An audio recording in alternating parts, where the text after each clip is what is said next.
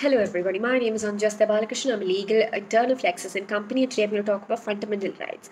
If you guys saw my previous video, I talked about human rights. So basically, the same thing as fundamental rights, but today we're going to focus upon the different fundamental rights provided in the Constitution. That is the right to equality, the right to freedom, the right against exploitation, the right to freedom of religion, the right to cultural and educational rights, the right to constitutional remedies. Basically, the six human rights would be the six fundamental rights would be discussed um, in today's video. Once again, before I start the topic, thank you for visiting our channel. Please continue visiting our channel in the upcoming days. I hope that you're having a wonderful day. Now, to begin with our topic, the right to equality. Basically, the right encompasses equality before the law. Right ensures that equality is provided before the law and no one is discriminated on the basis of caste, creed, color, gender, sex, and equal legal opportunity and equal opportunity, not only legal protection but also equal opportunity are provided to the public in the form of employment and education, and also all sort of untouchability and titles that discriminate people are banished or are abolished or eradicated completely. So basically, the right to equality ensures that every single person is treated equally, no matter of what their economic status, no matter where they've been born, no matter what their color is, no matter what their creed is, no matter what religion they follow. Everyone is treated equally, because it's a law's job to treat everyone equally and to ensure that every single person deserves to get this justice and they are protected and their safety is ensured. The next one is the right to freedom. The right to freedom is basically freedom of expression and freedom of speech, where every single person has the right to speak or to express what they feel. However, there are a little bit restrictions over the rights which can be understood under reasonable restrictions. Only reasonable restrictions can be considered when it comes to the right to freedom and speech.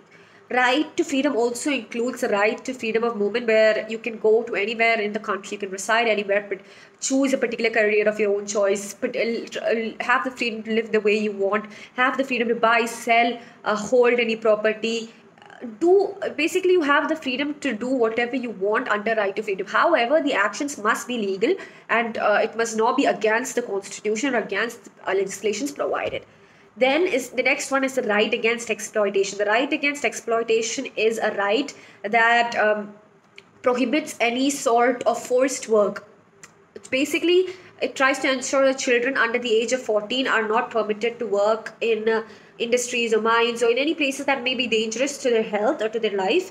And no one has the right to exploit any sort of people. That is basically human trafficking and begging is considered to be criminal crimes, considered to be against this particular right. Basically, you're not supposed to exploit a person under the right against exploitation.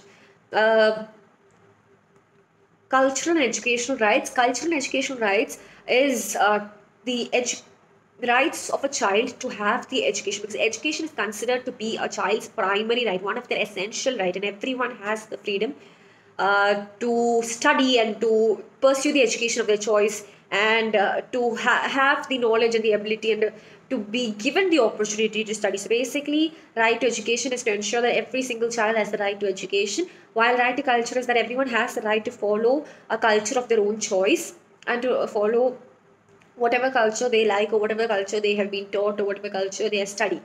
Um, right to education ensures that no one is rejected from any sort of institutions, education institutions, on the basis of their caste, color, creed, gender, and all minorities have the right to go and study in educational institutes and create their own educational institute also.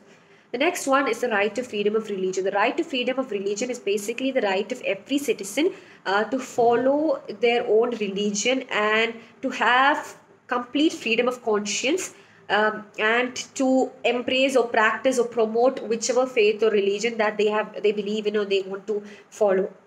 The state cannot interfere in a person's individual individual beliefs or individual faith. Basically, because India is also known as a secular country and India does not have a religion of its own, India would not be interfering in anyone's religion, and if anyone tries to convert the faith of a person or tries to stop a person from expressing their religious beliefs and faiths, then it would be considered against the right to freedom of religion.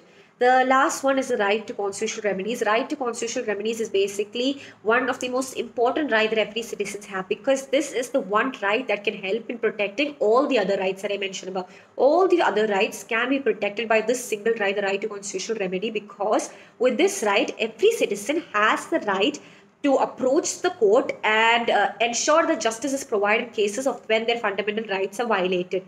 And the court can help or can provide or can ensure that proper punishments are provided for such violations. Basically, this right is the guardian of all the other rights. So these are the six most important rights of the citizens. There are other rights also.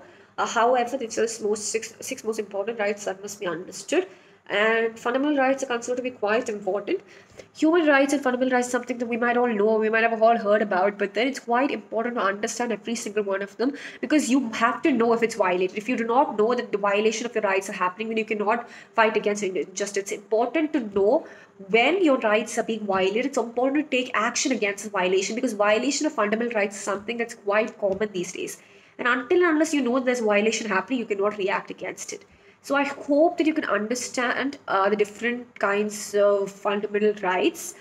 And I hope that you found this video useful. If you like the video, please press the like and subscribe button in order to get more law related videos in the upcoming days. I hope that you have a wonderful day ahead. Thank you for your time and understanding.